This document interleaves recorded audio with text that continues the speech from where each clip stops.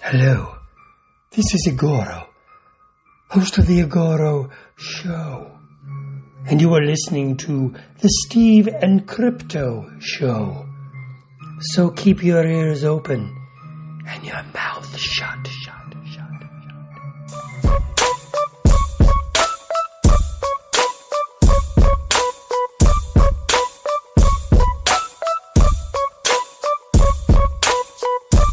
Hey, welcome to the Steve and Crypto Show, presented by thestevestrout.com. I'm Steve. I'm Crypto Zoo. Steve ain't let me do any rhymes again this week, so it's episode 73. Let's go. That's perfect. Perfect. That's what I was hoping to hear. Hopefully you guys are enjoying, which I think a couple of yous are. If you are, go visit our Patreon page, patreon.com/SteveCrypto, where you can go and hear and see exclusive content. We try to post there as often as we can. Of course, not as often as we'd like, but we get stuff up there a few times a month. We're going to work on some new videos, throwing up some extra audio, some fun stuff. And go over there, pledge whatever you can. It helps the show, helps us grow, it helps us get the word out, it helps us improve our gear. It just helps every way possible. Yep. And there's other ways to help the show.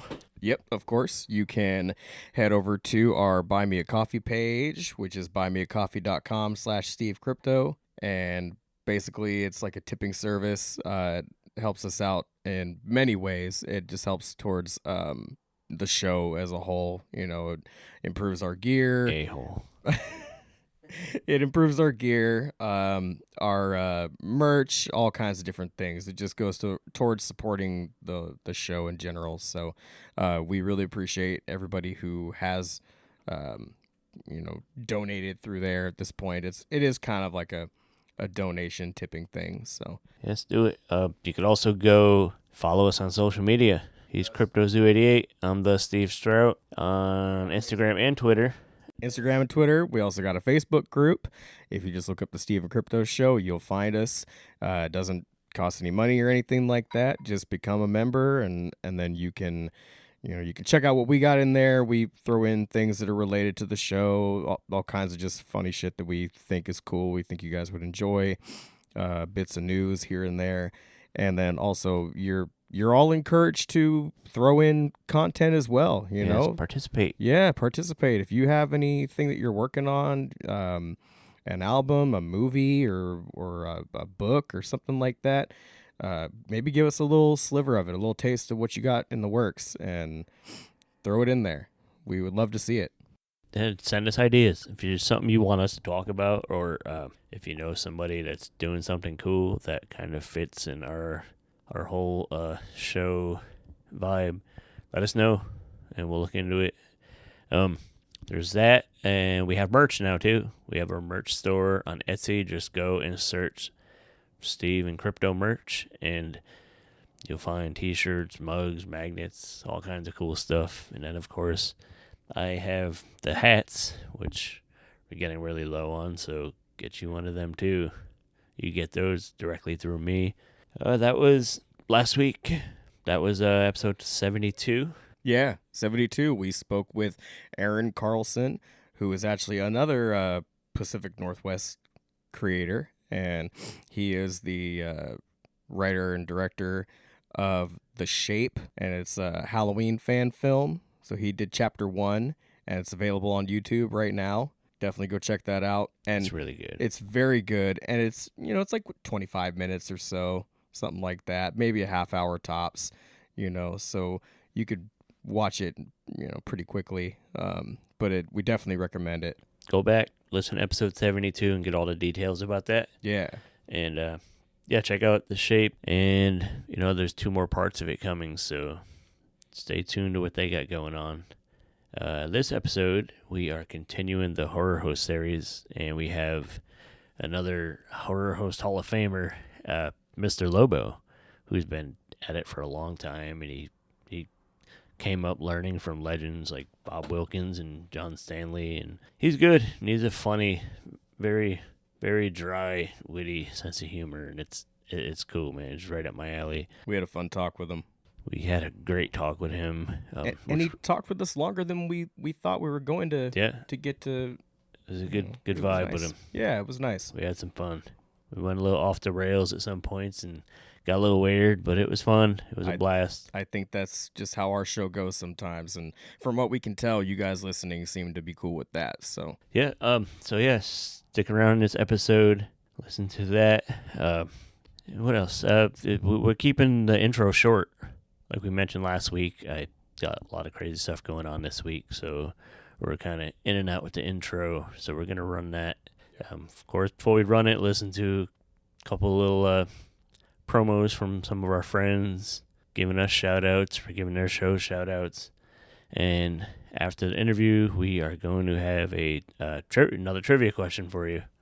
And hopefully you guys are catching on how that works. Just if you know the answer, direct message us on Instagram, Twitter, through the Facebook page.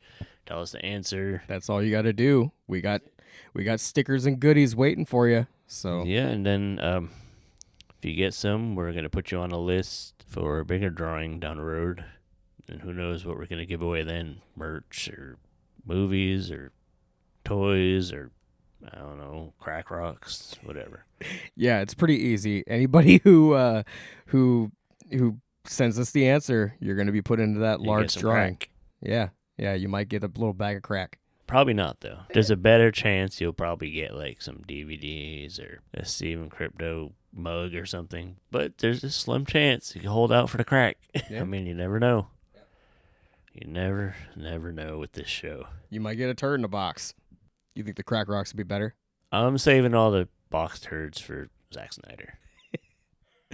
As soon as I find his address, he's getting dozens of them. I got plenty.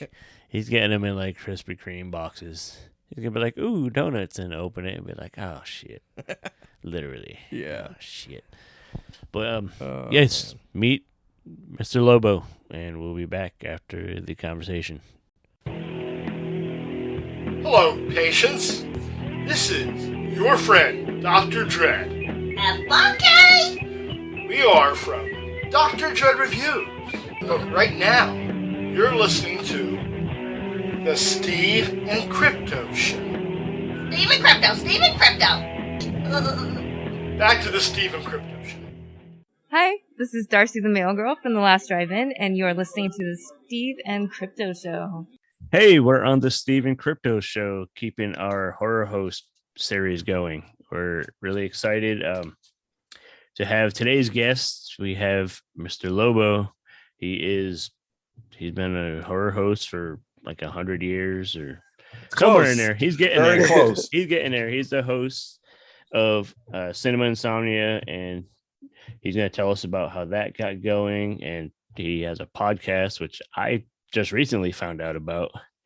So we'll hear a little bit about that too. But yeah, we talked to him a few years ago over on thestevestrout.com and gave us a little bit of background.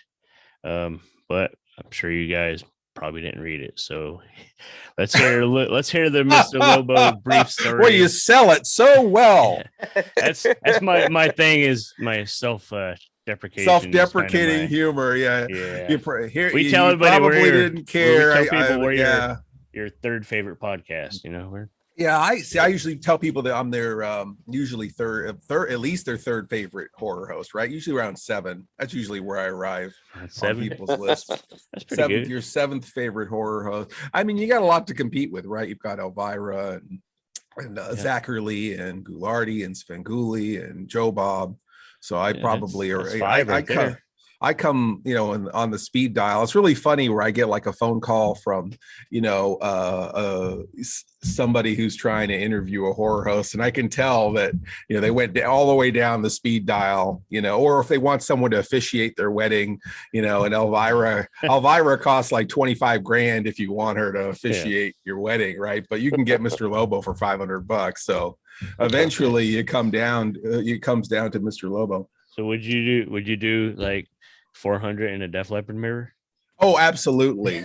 Yeah. a carnival mirror of Def Leppard and it could be, it doesn't have to be all, if it doesn't have to be all cash, there could be prizes in there too. You could have, 50% off a large milkshake at a participating Dairy Queen. I would take that. I would take action figures, certain action figures I might take. Tiki mug, if you got a cool tiki mug, I can be bartered with. It's not all about, if it were all about the money, I'd be doing something a lot smarter than this. Fair. Mm-hmm, mm-hmm. So how did this get started? This got started about 20 years or so, actually much longer, further back than that, I suppose. I mean, the short version is that I loved this stuff as a kid. I watched creature features in Northern California. Bob Wilkins also had his own show in Sacramento in Northern California. If the wind was blowing the right way, we could watch the Sacramento shows and the San Francisco shows. But Bob had a show in both markets. Bob Wilkins had a show in both markets. And I just thought it was the coolest thing ever, because I was really scared of the movies when I was a kid. And he was like a cool guy to watch a movie with on a Saturday night. And I was, my dad was watching those movies, and I was trying to get close to my dad. But Dad was asleep in the recliner. It was Bob who was talking to me and keeping me sane during some of those crazy movies they used to show. So, I had this real connection to that show. And then I really kind of liked the idea of the spectral narrator. We were talking about comic books earlier. I love the Tales from the Crypt comics and the Crypt Keeper. I love the Phantom Stranger. Phantom Stranger was an awesome comic book because he was a narrator, but then, one issue he'd be like, I can't get involved. I can only be a watcher. And then like in the next issue, he's just punching an alien in the face. There's like no, it could go anywhere. There was no rule book for this character. But anyhow, of course, Elvira as a teenager, and Elvira got me through those teen years pretty well, as you might expect. And then in the 90s, I wrote for a magazine called Planet X, which was a pop culture sci-fi magazine. And we interviewed Bob Wilkins, my childhood horror host, and it got me thinking about all of that again. And we did a few live shows, revival shows with Bob, where we would show a bunch of films on 16 millimeter to a room full of drunks. And Bob would come out and kindly host some of those. And I wrote a lot of the material for those live shows that we did to promote the magazine. And Bob would encourage me. He said, you should get out in a chair and host movies. And I said, Bob, people don't do that anymore. This is about when we were kids and, what we used to do back then. And he goes, no, all these things have a cycle. They're usually a 20-year cycle. You could be on the next wave of a new era of horror hosts. And that was something I couldn't grasp initially. But 8 years later, after that, gets us out of the 90s into 2001. I worked at a TV station. They had a movie overnight that ran 25 minutes short. This was the news station, okay? And they would cheat. They would make the news 5 minutes longer than everybody else's. And so they had this 25-minute deficit that they tried to make up for in the middle of the night. And so when it got to the overnight movie, they had 25 minutes of commercials in the movie. And it was like they had these 6-minute commercial breaks, and it was excruciating. And so I went into the general manager's office with my friend Mike Strange, who also worked at the TV station. And I said, you got this movie that runs 25 minutes short. Maybe we could fill that with something, I don't know what, hosting. So they said, okay, we'll make a pilot. And, So we made a pilot. We took the movie that was going to air that week, which wasn't even a horror movie. It was called They Made Me a Criminal. It had Claude Rains and the Dead End Kids. And it was about a boxer who was framed for a crime he didn't commit.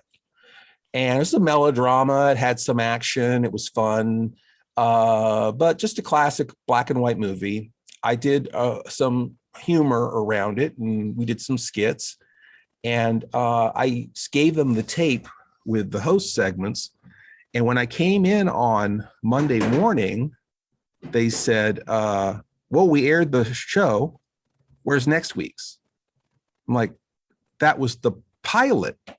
You're supposed to tell us whether you like it or whether you don't.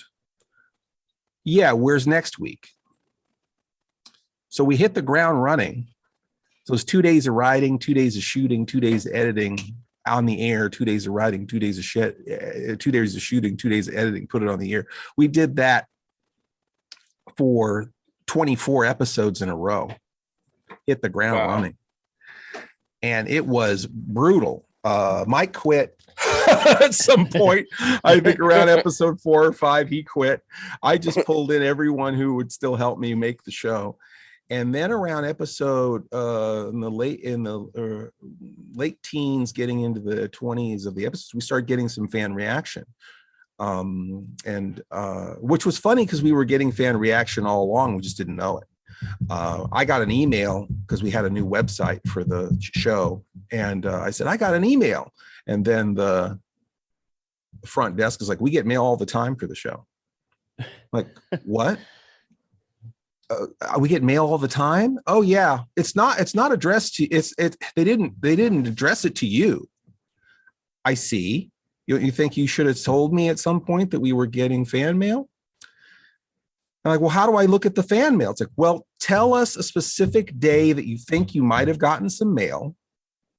We'll check the file for that specific day, pull the folder, and then you can look in there to see if there's any mail for you.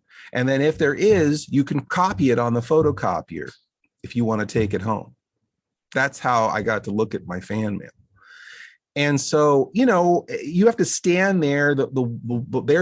She's tapping her foot. It's like, July 17th, you know what I mean? And then they take the folder out and you look, and it was like, this is ridiculous. It's like, it was so hard to look at. I only was able to copy 6 or 7 of the letters that people had sent in. And what was amazing is I found one from Bob Wilkins that was in there on his letterhead. And it said, it's from the desk of Bob Wilkins. It said, finally, a show for us night people. Keep Mr. Lobo on the air. He's the best thing going. Oh, that's great. And I went over to the photocopier and I stood there and I did a little switcheroo and I kept the original. Hell yeah. And gave them the copy to put back in the file folder. But we started getting phone calls and we started getting mail, which was confusing to them because they didn't watch the show. They didn't really know what we were doing. And so they were kind of scared of it. And we went on hiatus and they kept promising, oh, we're going to give you a better time slot and we'll assign you a producer and yeah. This is an ABC affiliate in Sacramento, California. And they just hemmed and hawed, and I wasn't sure if they were trying to kill the show or if they really legitimately were trying to find a way to market it better. But after about 4 months of waiting to go back on the air, I just begged off of all the hoops that I jumped through. I said, look, I can't. I love doing this. I want to keep doing it. And at that point, I had a prosumer camera. It was possible by 2002 that you could kind of produce a show by yourself and make something that's somewhat broadcastable. So I just sort of begged off of doing that. I started producing the show myself. We had a mother-in-law house behind our our home. I set up my black curtain there and got some lights, and we just started making shows. Originally, we submitted them to public access stations. They basically said we couldn't have it on any station in our area or I'd lose my job at the TV station. So I basically started syndicating it to, there was a station in Monroe, Louisiana that picked it up, another station in Norfolk, Virginia that picked it up. And then a syndicator said, hey, I keep trying to sell these small stations our crappy movies and they're running your show. Maybe we can syndicate your show. So then I had a syndicator that was putting us into broadcast stations across the country. I still had the public access stations that were running it too. And, we were in Milwaukee. We were in, Cincinnati, a lot of, maybe 35, 40 markets across the country. And that was I guess that's the short answer of how I got started. Sorry. No, you're good. That's what we wanted. But that's how it began. So how did I know you mentioned you're writing the magazine and you were doing some stuff with Bob Wilkins, which at the time, I'm assuming he was pretty much kind of retired and off living, and was he like in Reno or something at some point? Yeah.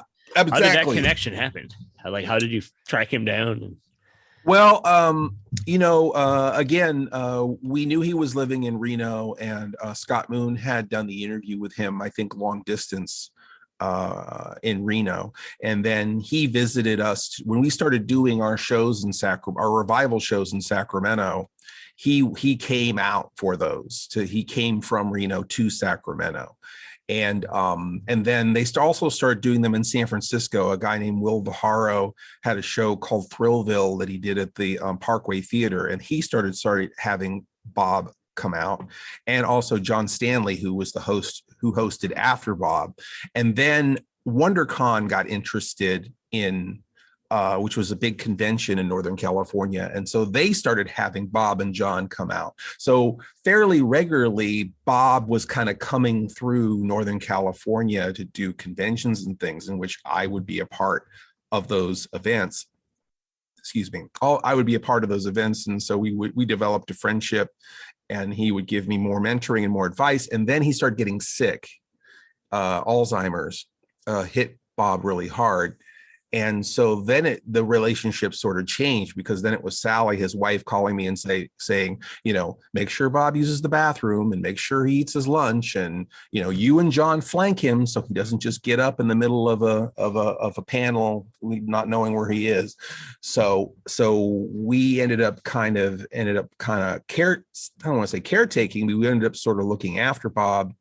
And he really loved doing those conventions. It's like you could see like that glimmer come back in his eye, and him be much more. That's why we kept doing them, is because it was really good for him. Like those little mental connections would kind of heal a little bit when he had that stimulus of the fans and the horror movie posters and all that. Like he'd see a poster at Willard or something, and it would bring something back for him.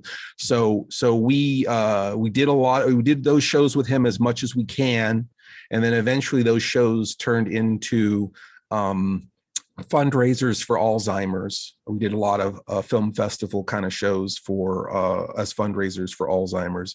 And then in 2009, Bob passed away. And so it kind of, things, of course, changed a lot. We still continue to do shows with John and other horror hosts, Lord Blood-Raw, as you interviewed, and others. We did WonderCon, and we did, again, Film Fest. We're hosting this movie on August 24th, which is, I don't know if this is going to come out after or before that, but April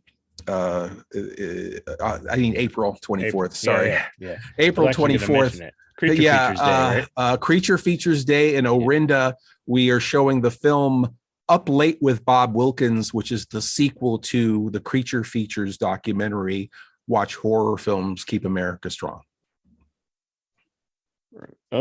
Is isn't that documentary on your channel? It is. It is. Yes. Okay. Mhm. OSI Yes. 74. You Yeah. can watch it on your Roku OSI 74, and it might even be on the website version too. Right. Okay. So working with Bob and John, like what's probably some of the best wisdom or advice you've taken from those guys? Bob and John are two totally different people, and I've learned a lot from both of them. And the things I learned were totally different, which is really interesting. When I did a show with Bob, our first Halloween special was we had Bob Wilkins co-host, which is called the Bob Wilkins Halloween Special, which is on DVD with Alpha Video, and it's on Amazon too. But basically, Bob said, I'm going to come to Sacramento and be on your show. And I said, you're kidding, right, Bob? That's not really happening. He's like, yeah, I'm coming. You have to pick me up at the bus station.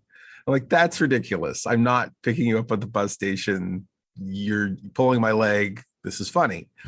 And then Sally calls me and she's like, you better pick Bob up at the bus station because he's coming to be on your show. So I'm like, okay, so Bob's coming. We got to make this a big deal somehow. And this is right after I lost the show at KXTV.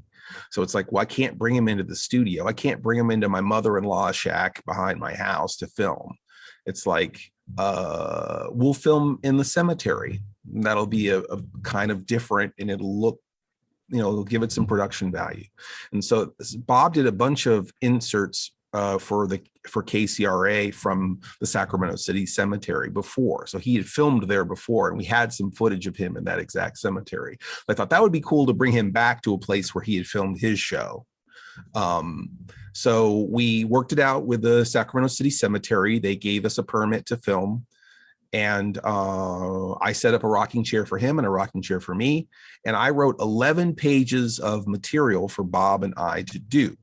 And when Bob showed up, we threw all of that material in the trash and went off the cuff. Everything we did in there was like, it would be funny if this happened, or it'd be funny when that happened, if we did that, or there'd be some satirical concept that he would want to explore. It would be like, you ever notice that like reunions and revivals and reboots are all kind of terrible and disappointing? What if like we just did a bit together and it just fell flat on purpose? And I went, really? Yeah, like we just sit in silence, like we can't think of anything to say. It's like, oh, that sounds hilarious. Let's just do that. Yeah.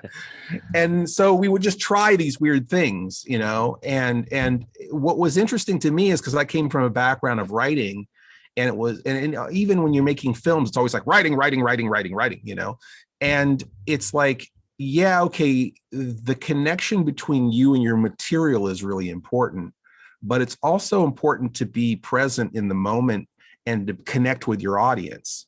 And Bob was always about connecting with the audience and connecting with who's there with you in the room. And so I learned a lot about improv. I learned a lot about thinking on my feet. I learned a lot about, doing things that don't necessarily make sense, but make a good show. And so, Bob was really motivated by humor.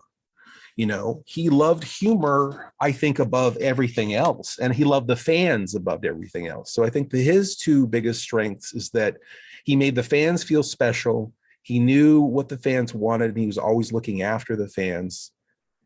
And he just loved he had a dry sense of humor, and he just loved to express that in different ways. And when John agreed to be on Cinema Insomnia, I wrote 22 pages of material for John and I to do. And John did every word to the letter. And it was always important for him to understand my motivations as a writer and so he was he was a writer. He came from a writing background, and so, he was always important for him too, to kind of have a lot of information about the movies. He was supplying Bob with information about the movies before he was the host. So I think with John, it's really interesting because he is so focused on the words. And his sense of humor is more literary. It's all puns and kind of here's lurking at you, kid. It's all it's a different kind of humor. It's all cerebral. John is a giant brain, and he's always looking to impart that wisdom with people. But John can be very warm too. I mean, if you've ever seen the episodes with John and I always have John punch me or rough me up, or and he always doesn't want to do it. It's one of these things where I really have to convince him, and I usually have to bring in an elder, like we had Ernie Facilius, who directed Hardware Wars, come in and direct on those episodes with John, because I felt like he sees me as a kid, and he would maybe listen to someone older to help sell some of the humor, that this irreverent humor that I want him to do. But what I wanted for John is that I think John has a character. He doesn't admit it, but he has a character. Same with Bob. Bob isn't known for having a character, but Bob is doing a character. Both of them are doing a character. Bob's character is that he doesn't care, and that he's like this guy smoking a cigar, like a businessman making a horror show. John's thing is that he's this like arrogant wise ass, John really isn't that arrogant as he pretends to be in the show. And what's interesting is that I think that even though Bob wanted John to take over the show and angled things so that John was the next candidate for the show, I think from the fan perspective, everyone thinks that just like John took the show over, and they don't think that John saved the show. John allowed the show to exist for another 6 years. A lot of fans don't see it like that. It's like, you took my daddy away. You're the guy who took Bob Wilkins away from me. And really, like, Bob wanted John in that spot because Bob wanted to move on and do other things.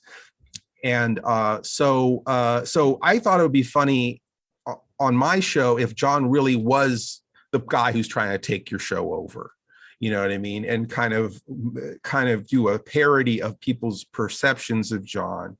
And so when I do those shows with John, and we have, like, I think War of the Planets is one of them, which is on DVD, Nightmare in Blood, which we don't have on DVD, and Xenia, Priestess of Night, which is on DVD. When we do those episodes with John is, it's kind of like my caricature of people's idea of John, and I think that, and then my character changes where I become kind of a more incompetent, more innocent kind of version of myself too, where it's almost like I'm John's version of me in those episodes. So anyway, but not to get too weird into the mechanics of that, you were just asking the difference of those two, and I think the difference is that John I think is really motivated by the love of the history of movies and as a writer, whereas I think John is motivated by those things, whereas Bob is more motivated by the fans and humor. Sounds from the minimal exposure I've had to both of them, that kind of nail on the head right there, I'd say. And John is definitely a really warm, welcoming guy. Like I've been actually in contact with him to actually get him on here. He's agreed to come on and do the show with us. Oh, wonderful. And just the 10 minutes I spoke with him on the phone was like I felt like I was talking to an uncle or something. Yeah. He just Yeah. makes you feel that right at ease, and he definitely wants to talk and tell his stories. He loves to talk. You won't be able to stop him from talking. That's fine. I'll just sit back and enjoy the history lesson once we get him there. That's but he's interviewed. He worked for the Chronicle, and he interviewed everybody. And I don't know if you've seen his new book. Yep. The career that dripped with horror. It's amazing. It's amazing. And what's cool is he not only shares more of his celebrity interviews from his time as a journalist, but he kind of tries to do his version of how the horror host revival happened, as far as what happened from the late 90s into today, this sort of cycle of all the horror hosts coming back, and how he saw that being engineered. I think there's some debate as if those things happened exactly like he describes in the book, but that's his perspective of he gives me and Will and a lot of people, and Tom Wersch and a lot of people, credit for the horror host revival. Yeah, he definitely does give you guys from that area lots of props for it, and that's sounds like you guys deserve it based on all the shows you were putting on with Bob and him, and just pushing that whole, what did we call it earlier, the agenda? Yeah, the horror host agenda. Horror host yeah. agenda. I mean, we were kind of pushing it because in our area, it had been years and years and years and years and years and years and years since anybody was doing anything like that. Yeah. I think it had been, Bob went off the air in Sacramento. He went off in like 81 or 82. In the Bay Area, he went off in 79. John went off in 84 in the Bay Area, and we never had John in Sacramento. And then, there were a few glimmers here and there of people, like on public access and stuff, but they didn't last very long. So we didn't really have somebody doing it like that, in 20 years when I started my show. Right. So I'm sure you've been asked a million times. Everybody always asks the horror host, if you could host any movie, what would it be? I want to kind of twist that and ask you, I don't know how caught up you are on more current films, but what in the last few years, first, how do you think a lot of these horror movies stack up against some of the old classics that a lot of hosts have done over the years? And if you could host any recent movie. A recent movie. Okay. Mm-hmm. Wow. That's really tough. Tricky, yeah. That's really tough because, whereas Bob is motivated by humor, I'm also motivated a lot by humor. Not in a Mystery Science Theater sort of, let's take the ugliest girl to the dance and make fun of her. Not that kind of way. But I do like when I watch a movie, I think, oh, this inspires a lot of material. I could do a lot with this, because I kind of feel like, since I've cut in so many times, like I don't know of any horror host who cuts in 18 to 24 times in the same movie. Right. We have a lot of cut-ins on our show. Yeah. And I feel like to justify that, I have to have something to say or something to do. And so if the movie doesn't really inspire a lot of material on my part, I'm not that motivated to do it.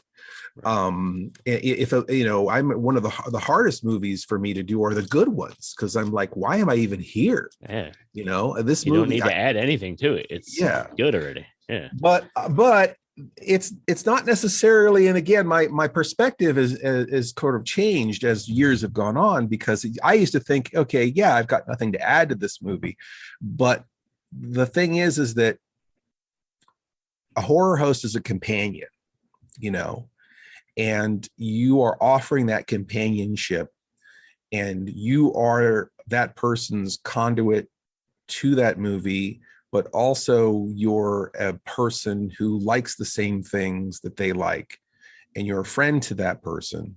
And there is kind of the way that works, not just as Hamburger Helper, but as kind of like, let's say, a young person who can't even watch a movie all the way through because they don't have the attention span to. It's like getting into a warm bath where it's like, I've never been able to watch this movie all the way through. And I watched it with Mr. Lobo, you know what I mean? Because he kind of kept me with it. And it kind of brings it to the now and makes it sort of relevant to them because it's a person who's still alive watching it with them. But on the other side of that, on the expert level side, it's like, God, I've seen that goddamn movie 400 times. I'll watch it one more time because Mr. Lobo's hosting it and I want to see what he's going to do. So it's on the expert level side, it's one more reason, one more way to enjoy something that you've already enjoyed and you already feel like, because I really hate when people go, yeah, I saw that movie. Yeah, I got it. It's like, okay, well, yeah, you've seen that movie, but you haven't seen our show with that movie, you know? Yeah. It's not just this checklist of yep, no, yeah, yep, no. You know, it's the reason horror hosts were introduced in the first place is that they wanted to keep that audience with them every week. You know, it's like, you know, some of the movies were great, some of the movies weren't so great, some of the movies they're going to have seen before, some of them they haven't seen before, some of them they don't really want to see. But if they like that host and they like that show, they'll tune in every week. And that's how they set their advertising rates at the TV station. So a horror host is a companion. And I think that that's the thing that I'm realizing, especially in looking at, you know, being less of a grumpy old man. We were talking about the Rondos earlier, and there's all these different, you know, 20,000 horror hosts that I'm up against in the Rondos. That's not a bad thing. You know, it would be sad if there was one flavor of ice cream or, you know, one kind of music. It's, you need to, you choose your companion. It's like, oh, I relate to that guy, or I think that guy's funny. I want to watch a movie with this guy. I want to see what he's going to do with this movie. So I feel like, you know, with as fragmented and as spoiled as we all are, we have to have a lot of horror hosts. There has to be a ton of them because, you know, we're used to the world of video games. We could change the color of the guy's hair and what shirt he's wearing. And, you know, if I can't identify with that guy, I can't make his shirt red. You know what I mean?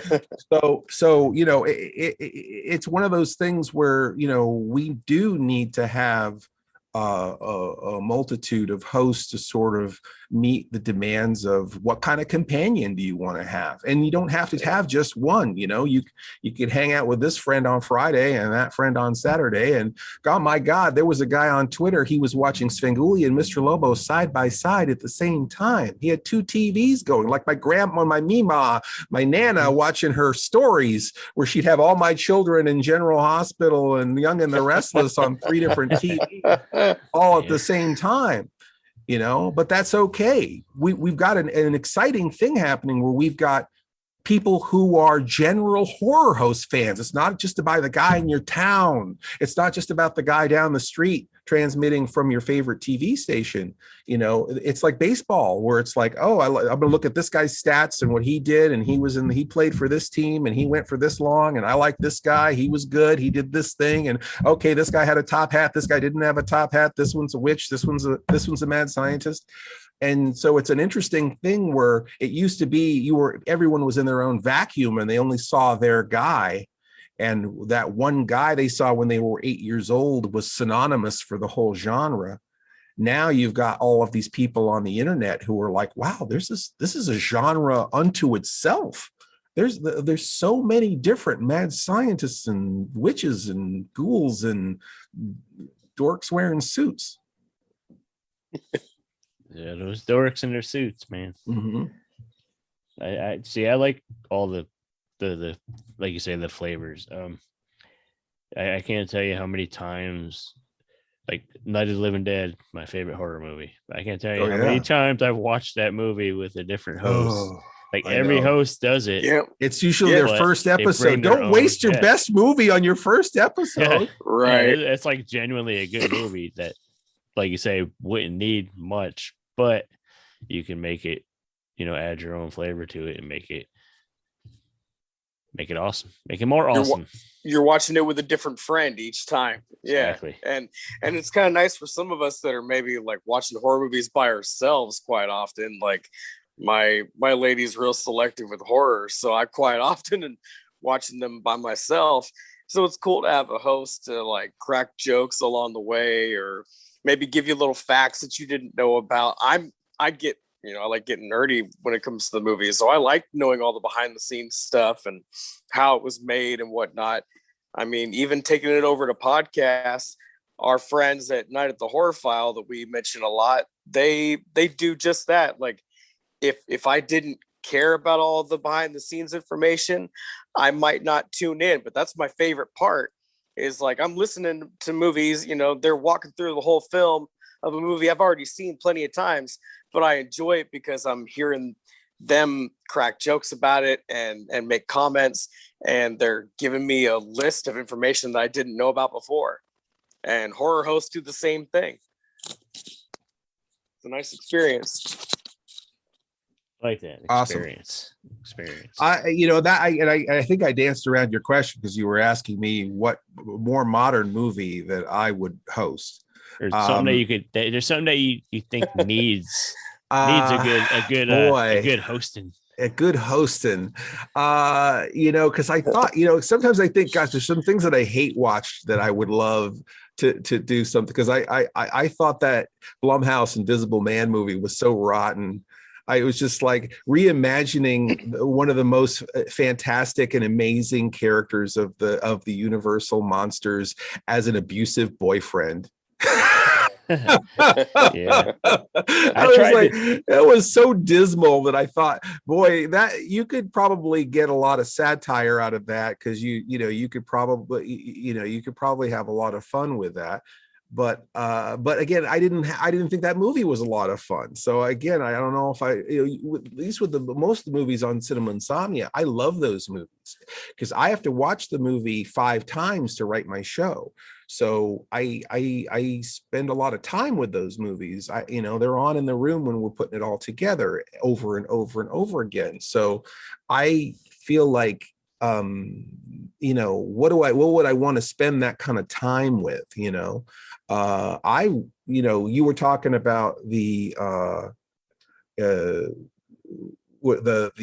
Dawn of the Dead. We were talking about the Dawn of the Dead movie before. I think that's an amazing horror movie. Going back to James Gunn again, Slither. Oh, yeah. Great one.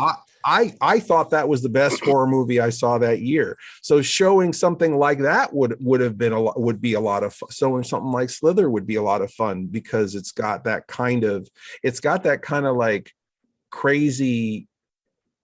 It's got a lot of crazy surprises in it. It kind of reminds me of how Arachnophobia felt when I saw that in the theater as when I was younger, because it was just like there's so many. It's like it like knows what genre it is. It knows it's a B movie, and it's just like it's really delivering on all of those fronts. I feel like that's just like a James Gunn thing. Yeah.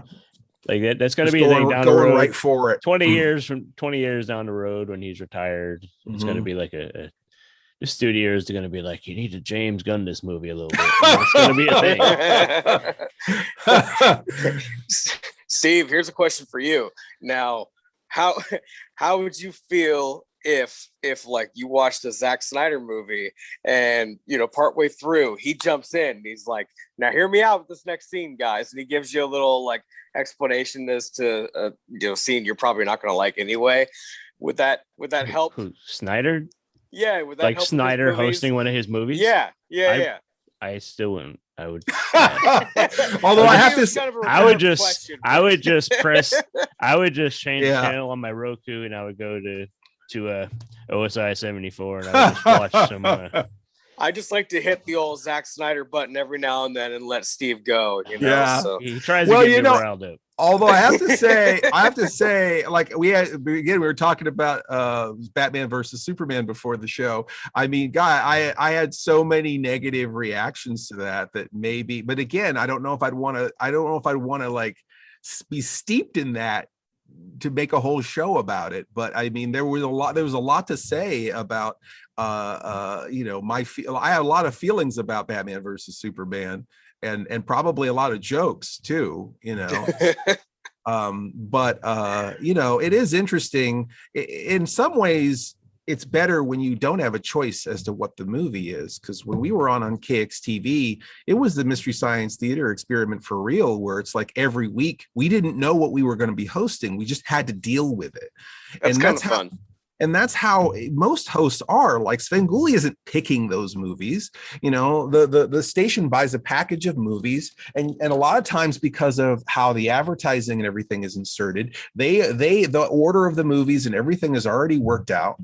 And so it's not like, oh, I want to host this week and I want to host that week. I doubt seriously. I mean, maybe after 30 years he might have that kind of pull where he could switch the schedule around.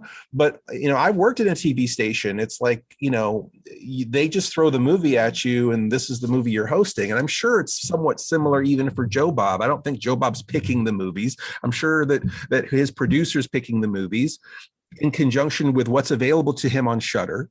And so, I love this fantasy of, what movie would you host? Because usually that's not how it works. Mystery Science Theater, it's always like, what's in the vault, what's free and available. That's can we actually get? Yeah. What can we get? Yeah. We're working with, and I can't say too much about it, but we're working with a streaming platform, a new horror channel, and they have a bunch of licensed movies, and they gave me a list of movies that they had licensed. And so I went through and picked the ones that I wanted to do. I don't know what order I'm going to be doing them in. And they might say, oh, by the way, we can't do this one, or we promised this to some other host or this or that. So, but that's rarely the case. When I have a gig as a presenter, as an MC, I usually don't pick the movies, like if I'm hosting a film festival, and I've hosted countless film festivals, I just show up, they give me the list of the movies, and I just have to host whatever is being offered. Right. Okay, that's fair enough. Hopefully people listening take some of that in, because you'll see, like, say you don't really get to just pick and choose. Like, you'll see a lot of people online just, I wish Svengoolie wouldn't show this movie again, or show that. And it's like, this, you just basically explained it to everybody. Yeah. It don't work like that. You don't get to pick them. Well, and they all cost money too. You have to license them. That's the thing. Yep. That money stuff. So, yeah. The channel on Roku. Yes. OSI 74. Yes. What's going on with I think I saw recently that you're actually in the middle of, or you have set up the OSI 74 studio, like your own production space. I am sitting in the studio right now. Basically, that's something that we've never really had our own of in any incarnation. We've done when I was with Zombie TV, they had the studio. When I was with KXTV, they had a studio. We had a couple of times where we had a space, a garage or a mother-in-law house or a place somewhere, that we could shoot, someone's kitchen, wherever we could hang a black curtain and make a show. We've made this show and we've made this show in a $4 million studio, and we've made this show in somebody's kitchen, honestly. That was one of the reasons why I chose the black curtain and the rocking chair, is because there was a simplicity there. If my life goes through ups and downs, if there's a feast or a famine, I can sort of keep it going in some way. Even if I don't have much in the way of budget, I can still sit in a chair and in front of a curtain. So we kept it sort of simple. If I was in a giant crypt with dry ice and all of that stuff, it would be hard to keep up through some of the lean times between stations, etc. But as to your question of the studio itself, now we have a actual honest to goodness dedicated space. Like I'm looking over there, I'm seeing my black curtain, I'm seeing green screen, I'm seeing lights, I'm seeing equipment, Aaron's camera, and we can leave it set up. We don't have to break it down so that we can bring the dinner table back in, and so and so that's going to mean more production. We just finished a brand new episode that we call Return of the Vampire Strikes Back, and the thing about this space so far is that we had a GoFundMe. We still have a GoFundMe. We wanted to raise $20,000 for the rent for the year for this space. We have about 10,000 raised so far, which is half the year. We're probably going to have to keep fundraising. Although now that we're in here and we're working, I've been doing voiceovers in here. We've been doing bits for independent films in here. Somebody came in and did a cosplay video over at the Curtain and rented the place by the hour. So ultimately, we can stop begging the fans for money and the place will be able to just keep itself open. Self-sustain, yeah. But what the cool thing about it is that there's so many, we're going to be able to be a conduit to other filmmakers, other producers on OSI 74 can come here and get some work done. So it's, we're looking at producing some of the other shows that we haven't produced in a while again, like Utopia Fantastica and Preacher Features and, some of the other, Pop Culture Americana, so on and so forth, and now that we have a dedicated space.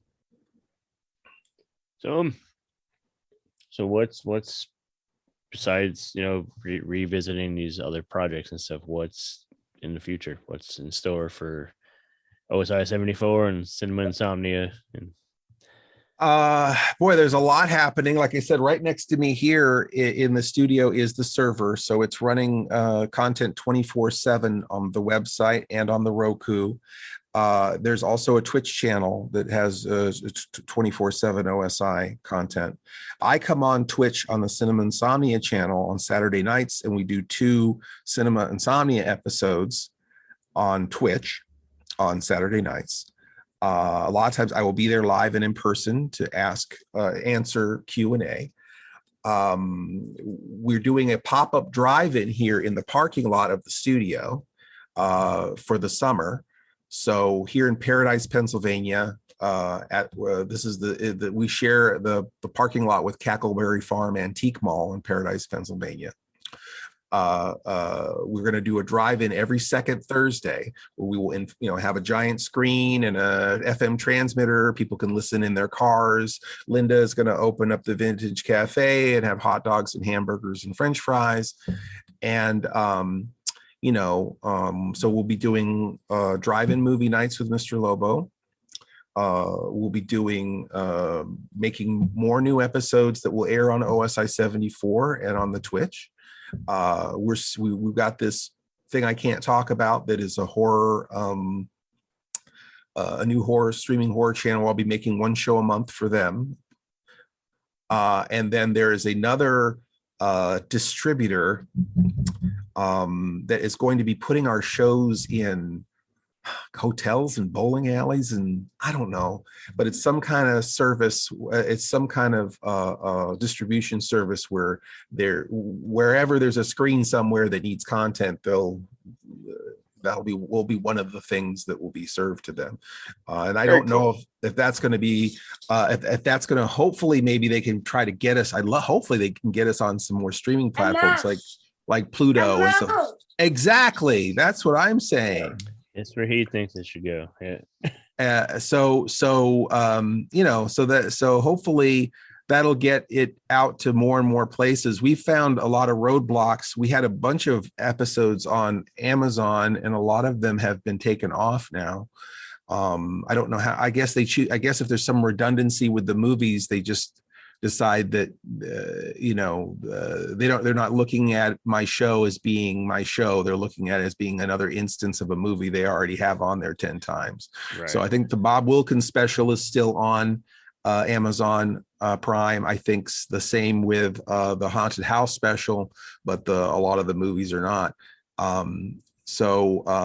There's also our YouTube channel. So I think we have 60 episodes on the YouTube channel, Cinema Insomnia. And 28 DVDs. My God, we're still making DVDs. I thought we'd be done with DVDs by now, but Alpha Video is putting them out every month. And we have 28 of them now. I want to know what modern horror host has 28, not Blu-ray, 28 DVDs in print, ready to order right now, brand new. Yeah, I don't think any. Yeah, there might be a couple, one or two, but no, not 28. Rewinding a little bit, impressive. did you say that you went to WonderCon? Yes, many times. I assume that you probably sold some DVDs there. I mean, collectors love going to events like that. Oh yeah, absolutely. Yeah, I always have DVDs with me at shows, which is really, really one of the best things about having a deal with somebody like Alpha Video, is because it used to be like most horror hosts, like Marlena Midnight or whoever, Count Gordeval, Lord Bloodraw. They have to make those homebrew DVDs, and that is a lot of work where you've got to press them yourself and make your artwork and put them in the clamshell, and and you hope that they work and all of that stuff, and to take them to shows. And then it's also based on how much you can invest. It's like, well, how many of this one title do I want to make?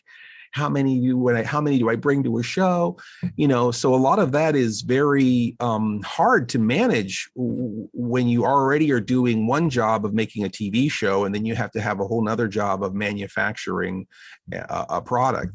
The fact that when Alpha wanted to pick us up, I'm thinking, oh my gosh, you mean you're just going to make these every month for me, and then I can just take them to shows? Absolutely.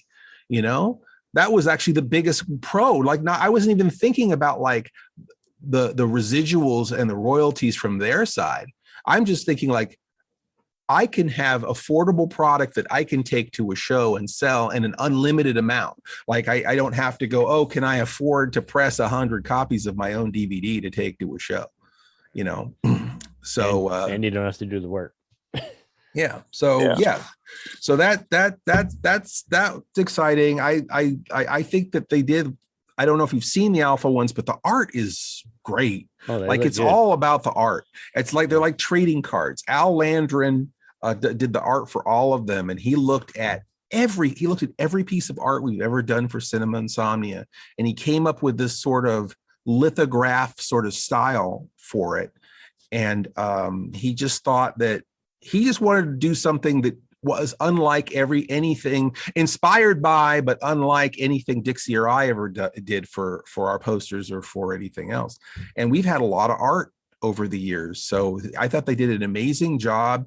And every time he shows me the art, the changes that are made are minimal. It's usually like, could we do this color instead of that color? Or could we tweak this? Or, because they get it. Like I can tell that the guy who's writing the stuff that's on the back of the DVD is watching it and getting the jokes. I can tell that Al, who does the art for the cover, is watching it and getting the jokes. It's like the thing that I love the most is that there's humor present in the artwork. They understand that it's not just about the movie, that it's about the slumber party, and the sort of cracked lens that we're presenting everything in. So I love the work that Alpha's been doing. God bless them that they're still making physical media. I've always been a big supporter of physical media, and I'm just so glad that 20 years later, I still have DVDs, because I still love DVDs. I'm the guy buying the DVDs at the dollar store. Oh yeah. My only problem is, how do I get my DVDs in the dollar store? Just leave them there. Just bring them in. Yeah. I think I'll start doing that. Yeah. So you're working in a great space right now. Lots of room to create. I'm just curious, if you had the opportunity to make a show that didn't involve you being a horror host, what would it be? Oh, I've got 20 of those.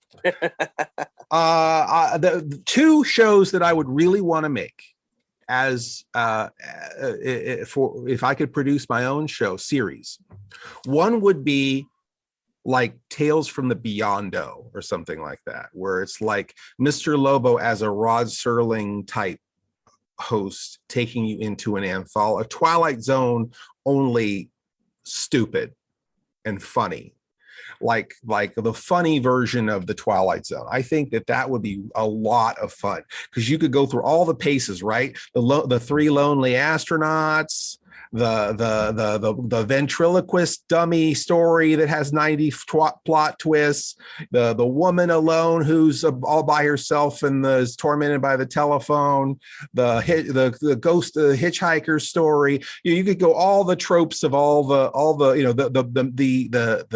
the mystic camera, all the tropes of all the anthologies, and just do your own stupid funny versions of them. I think I would have a blast doing that. And some of them, maybe some of the stories even being sort of parodies of sci-fi movies too. So that would be one thing I would like to do as an anthology. The other thing I would like to do is a series, and nobody steal my idea. Everyone promise, cross your heart. Yeah, we're all too lazy to. So I'm not talking about you. I'm talking about your no good listeners. Those two guys are probably. A few of them are good.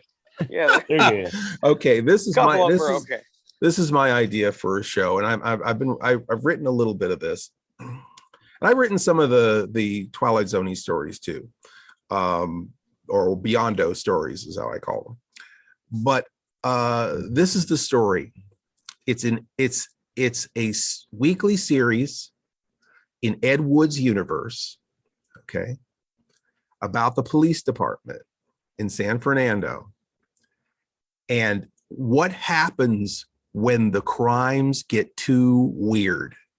And you could have, you have like, it's all the like misfit cops, right? Like they're the cops that get pushed into the lockers and stuff by the other cops. And then like the way I imagine it opening up is that you have there's the brown derby, guy staggers out with a typical drunk guy. He's maybe still holding a bottle, and he sees like a glowing light that almost knocks him down. He feels that push of being knocked down by a glowing light, like from Plan 9. And he runs over to a phone booth and he tries to call his friend who works at the police department, the chief. And they're having a real rough night. There's a weird guy who's killing women in the park. There's all this like weird stuff. The crimes have already started getting, people thought they saw the octopus monster in the lake again. There's all this weird crime that started bubbling up in the town. So he's a little frustrated because it's kind of like Killer Clowns. He sort of feels like he's being pranked. He's kind of taking it personal. And so the police chief just says, look, Charlie, you're a drunk. Why don't you just get in a drunk driving accident and get it over with? You didn't see anything. You're wasting police man hours. You're wasting the police phone line. There could be a real thing happening. Just go take your pink elephant story and go take a leap, take a flying leap. So he gives his friend a real hard time, and his friend's like crying, and he gets in his convertible because everyone in Ed Wood's universe drives a convertible. He gets in his convertible and he's driving and he sees a light in the woods, and he's like, I'm going to find this thing. I'm going to find this thing, and I'm going to show them that I saw something happened. So he goes out into the woods. I know I'm taking your show off the deep end. He goes out into the woods and he sees the light, and the light, as he gets closer, the light seems smaller. And there's an old like Mexican cemetery in the middle of the woods. And so there's an old abandoned Western cemetery in the middle of these woods. There's this light coming from behind the crypt. And then this naked gold woman dances out from behind the crypt, like right out of Orgy of the Dead, right? And she dances up to him, and she takes the bottle out of his hand, and she puts her arms around him, and you think, well, what's the hell's going on here? And then she pulls out a sacrificial dagger, I don't know from where, and stabs him in the heart with it. Okay. He drops dead, and then this weird guy with a cape comes out and goes, good, the night people will be pleased, you know. And so there's some sort of weird cult sacrifice that happens with him in the middle of the woods. Daytime, the cops are cleaning it up. The chief is there, and he's like, oh God, I can't believe this happened. My friend that I gave him all this trash, now he's dead. He was killed with a serpentine dagger. You know, that's really weird. Now we've got this weird cult. He's got gold dust on him. That doesn't make any sense. You know, how did he die? This is really strange. And so the morgue takes it back to the police station, and he's just about had enough. And then Colonel Glover is sitting in his office. Okay. Colonel Glover has got the recordings on the they don't have the dictarobatory yet, but they've got the recordings from the aliens from Planet 9. And he plays the garbled stuff for him because, you know, we're working on a thing called the dictarobatory, a language computer that's going to decode what this is. But we're getting these signals over your airspace. For whatever reason, San Fernando is the center of something, and we don't understand what it is. I'm busy with flying saucer detail. I can't be here. You need to get some men from your department to handle the spook details. Okay. So it's this thing. It's like, okay, the crimes are getting weirder. We've got the heat from the government telling us that we've got to pay more attention to this stuff. Let's put together a special detail. Let's get all the cops that nobody cares about, put them on this thing, and have them investigate the stuff that's too weird for the real cops. And that would be the series that I would want to tell. I'd watch it. I'd watch it. That's weird. And they'd have to enlist Criswell at some point, where they go, we need a psychic, right? Let's get Criswell. Can we deputize you? Get you helping us with these weird crimes? It's like, why not? If everything else doesn't make sense, why not bring in psychics and other interesting characters? Yeah, there's no point in. But if you watch Ed Wood's movies, like if you watch Bride of the Monster and you watch Plan 9, specifically Bride of the Monster, Plan 9, Night of the Ghouls, and Orgy of the Dead, and really Anglin or Glenda, really all of Ed Wood's movies. If you look at them all, they kind of overlap into each other. You know, they have those dumb cops every single time, and I just thought that would be a really interesting story about the dumb cops who were living the Ed Wood movie. But they're living all of them. So there's all this stuff going on, but it's really about these cops. Yeah. Into this whole universe. Yeah. Interesting. I like it. I don't know. That was it. Those would be the two right now. But ask me next week. It might be two other shows. Do something different. Okay, well, let's have you come every week and tell us another show idea. And I'm sorry. I don't know the format of your show. I feel like I went way off the rails. Place, man. We'll try to talk about like news and like movie news or something, and we'll end up talking about his kids feeding his dinosaur boogers or something. So we're all over the place, man. True story. All right. Well, that one's called Edgewood, by the way. Edgewood. Mm-hmm. Edgewood. Gotcha. Edgewood. Yeah, Edgewood. Yeah, makes sense. So, we're before we wrap up, what is the easiest way? Yeah, I know that sounds like okay. I'm done listening, but no, it's we've been going. We've had you. We've taken an hour and a half of your time almost. So. Yes. What is the easiest way? Somebody to jump in and find your content. Just wind down. I feel like I'm the easiest person to find on the whole damn internet. You just wind down your window and scream, "Mr. Lobo, Cinema Insomnia," and I'm sure somebody will answer with something. But yeah, I mean, really, honestly, the stuff I said before, if you've got a Roku, OSI 74, put it on your Roku. If you don't have a Roku, OSI74.com. We have a ton of content on demand there and the 24/7 live stream there. There's a OSI 74 TV Twitch. There's a Cinema Insomnia Twitch. There is a Cinema Insomnia YouTube page. There are 28 DVDs that you can get at oldies.com with my content on them. I've been in some movies. I was in the Plan 9 remake, and I was in a series called Monsters Among Us, and I was in a documentary called Virginia Creepers, and I'm in this Up Late with Bob Wilkins documentary. And come see me live. Come see me at my pop-up drive-in. Come see me at RetroCon. Come see me at Monster Bash. Come see me anywhere. I'll be waiting. So literally just open your window and yell out like old 1920s Brooklyn. Yeah. Just open the window and scream out like, "Hey, Mr. Lobo." I'm everywhere. They just don't want it. Well, let's have you come back again soon and Okay. tell us more of your that'd be crazy great. movie ideas. Because they need to happen now. Now I Who want is to it- see. Now I want to who know what is this- happens with these cops. I want to know about these creatures. You want to know what happens with the cops?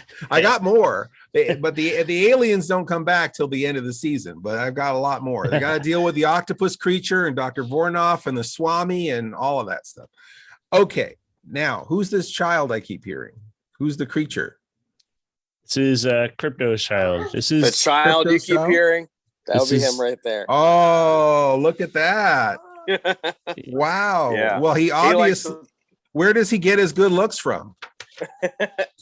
I'll The milkman? say, No, I'll I don't say, yeah. Mailman.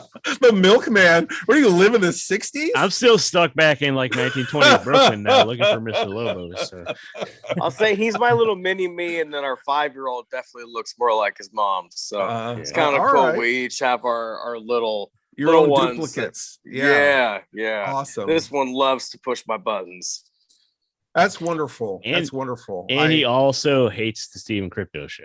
Oh, Yeah, well, yeah. you know, you guys need a foil. You need somebody to keep you on your toes. Quite often when it's time to record, he starts making more noise. Yeah. He just catches Yeah, on just come somehow. in. As soon as we intro the show, hey, listen to Stephen Crypto. Here he comes. He's like, nope, not Well, on my especially watch. when Mr. Lobo's just droning on for an hour and a half. That's probably his cue to just burn the whole thing down. He was like, I got your octopus monster. As he attacks his dad. But yeah, so yeah, search OSI 74, search Cinema Insomnia, yell out your window for Mr. Lobo, and you will find him. I highly recommend it. It's, you know, he has fun, but he knows his shit. Return of So the do it. Vampire Strikes Back is this Saturday, so you guys should jump on Twitch and watch it live. There you go. Find him on Twitch Saturday. That'll probably be right after this episode comes, right before this episode comes out. So you can still should Yes. be able to find it after. You should be able to find it. We'll have it. Eventually, it'll be everywhere. Eventually, it'll be in all those things I discussed, OSI and all that stuff. You'll be able to see it everywhere eventually. There you go. Well, we thank you for hanging out, Mr. Lobo. Oh, my It's been pleasure. fun, My man. pleasure. Nice Yes, talking thank with you, you. gentlemen. A lot of fun. Now we're going to all enjoy a Zack Snyder film together, right? Yeah. Watch party. Zack Snyder, Step Brothers Part 3. Batman. Yeah. Batman, instead of Batman v Superman, it's like Batman, a little heart Superman. Yeah. Do we just become best friends?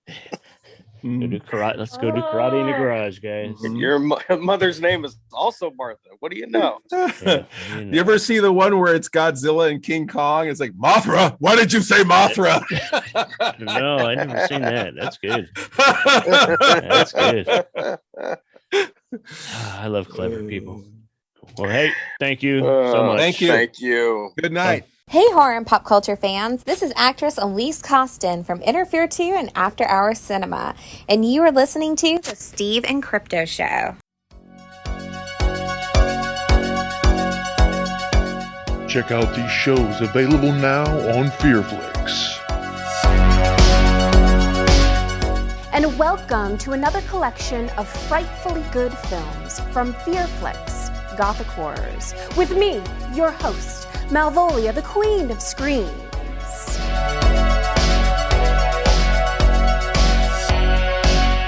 Hey, I'm Pamela Such. You know me from all the Wave movies.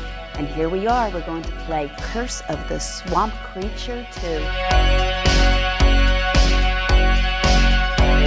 Hello guys, I'm Rachel Waits. And I'm Elise Costin. Welcome to Silent Screams. I'm Pamela Such. I'm Monica Hayes. Thank you for tuning in to 70s Grind Out on Fearflix. Hey y'all, I'm Sherry Davis, your host for this wild and untamed collection of horror films from Fearflix. We wrangled up a selection of Texas horrors for this one. Welcome to Lone Star Horrors.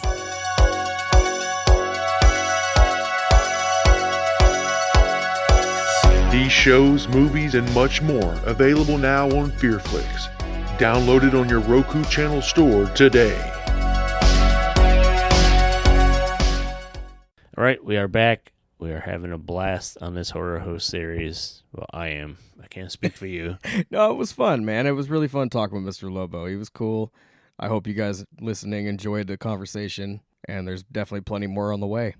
Yeah, I'm just waiting to see if he does anything with his weird movie ideas. Yeah. Or his series.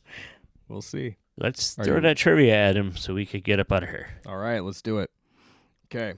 What is the name of the character in Poltergeist who says, "They're here"?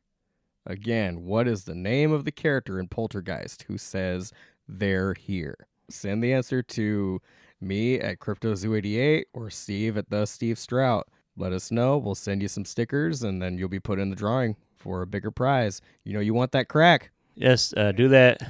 Get us an answer. Get some stuff.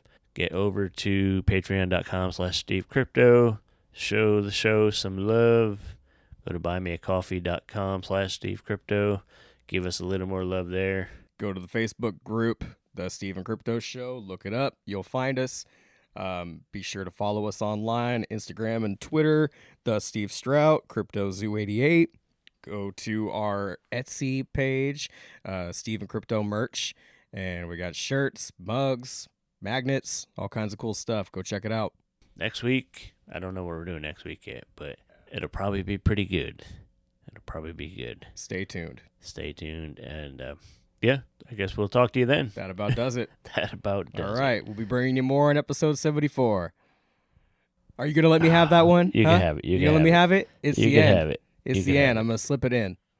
That sounds, you ain't slipping in. Oh, I didn't mean it like that. It's the end of the episode, yes, and the episode is finished. So, I've completed the episode. They've listened this far. Maybe they've been waiting for a rhyme. You don't know. You can't speak for them. Yeah, but what if I just finally got him convinced? I'm gonna go to Patreon and I'm gonna pledge $5 a month. Nah, fuck that. And then you slip that rhyme into oh, never mind. And I'll just use my money to buy my own crack. Yeah. I'm not gonna. I'll just go find John down the road who's got the crack. Buy my own crack. Yeah. All right. We will talk to you guys next week. We've been the Steve Crypto Show.